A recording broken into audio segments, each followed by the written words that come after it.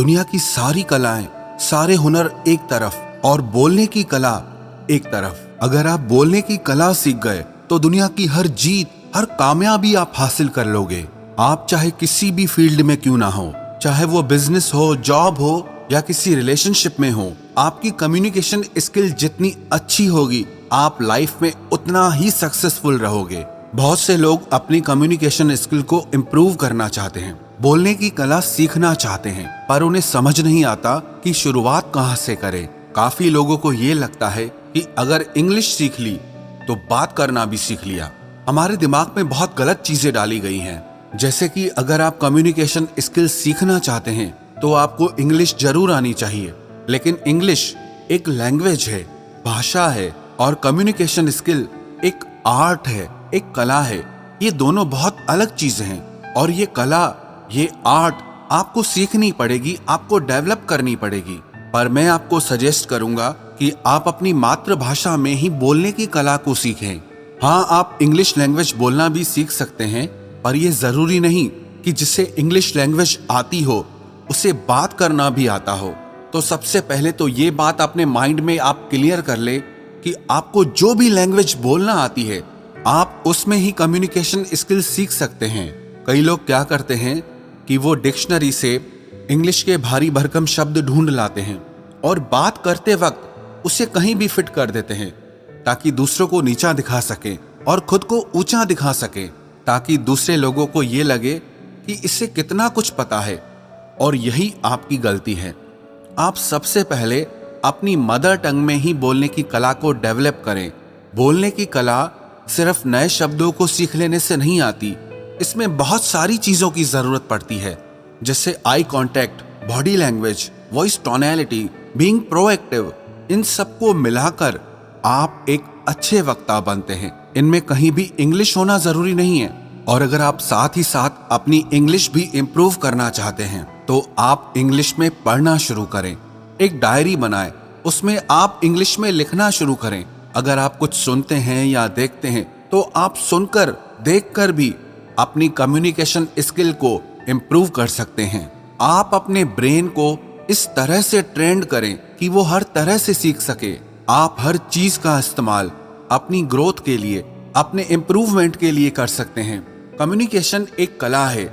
जैसे आप अपनी मसल्स को डेवलप करके स्ट्रांग बनाते हैं, वैसे ही आपको हर दिन सीख सीख कर अपनी इस कला को निखारना पड़ेगा। एक फेमस कोट है, communication works for those who work at it. अगर आप अपनी बोलने की कला पर काम करेंगे, उस पर मेहनत करेंगे, तो वो कला आपके लिए काम करेगी। अगर आप अपने बोलने की कला पर मेहनत करेंगे, तभी आपके बात करने के तरीके में अंतर आएगा, परिवर्तन आएगा। जिंदगी का एक नियम है, एक कानून है कि आप जिंदगी में जो भी कुछ पाना चाहते हैं, उसके लिए आपको कीमत तो चुकानी ही पड़ेगी। If you want something you must pay the price, nothing is free. अगर आप जिंदगी में कुछ खरीदना चाहते हैं और जितनी अच्छी उसकी क्वालिटी खरीदना चाहते हैं, तो आपको उसकी उतनी ज्यादा कीमत भी चुकानी पड़ेगी।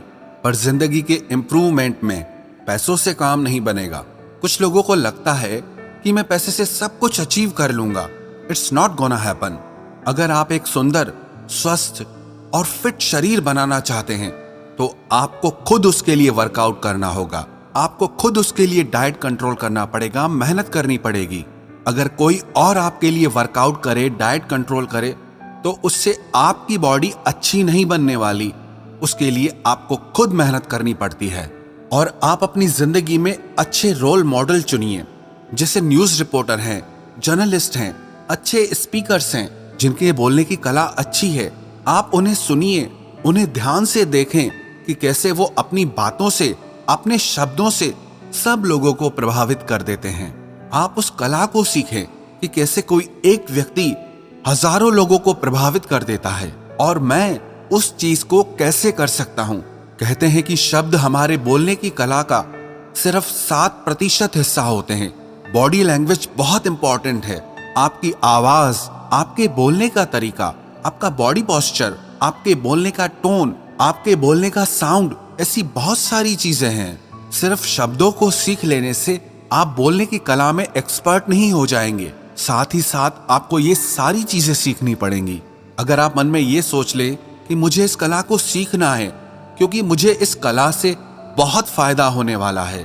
अब उदाहरण के तौर पर आपके पास 100 आइडियाज हैं किसी काम के लिए, लेकिन अगर आप उन्हें लोगों के सामने अच्छे से प्रेजेंट करना नहीं जानते, अपनी बातों को रखना नहीं जानते, तो उन आइडियाज का कोई मतलब नहीं। और कोई दूसरा इंसान आएगा, उसे अपने आइडियाज को अच्छे से रखना आता है, अच्छे से एक्सप्रेस करना आता है, तो उसके आइडियाज सुने भी जाएंगे, माने भी जाएंगे और अप्रिशिएट भी किए जाएंगे और वो आगे निकल जाएगा। फिर आप बोलोगे इसका गुड लक अच्छा था, लेकिन बात इतनी सी है कि वो कम्युनिकेशन स्किल में अच्छा है और आप उसमें वीक हैं, इसीलिए वो आगे निकल गया।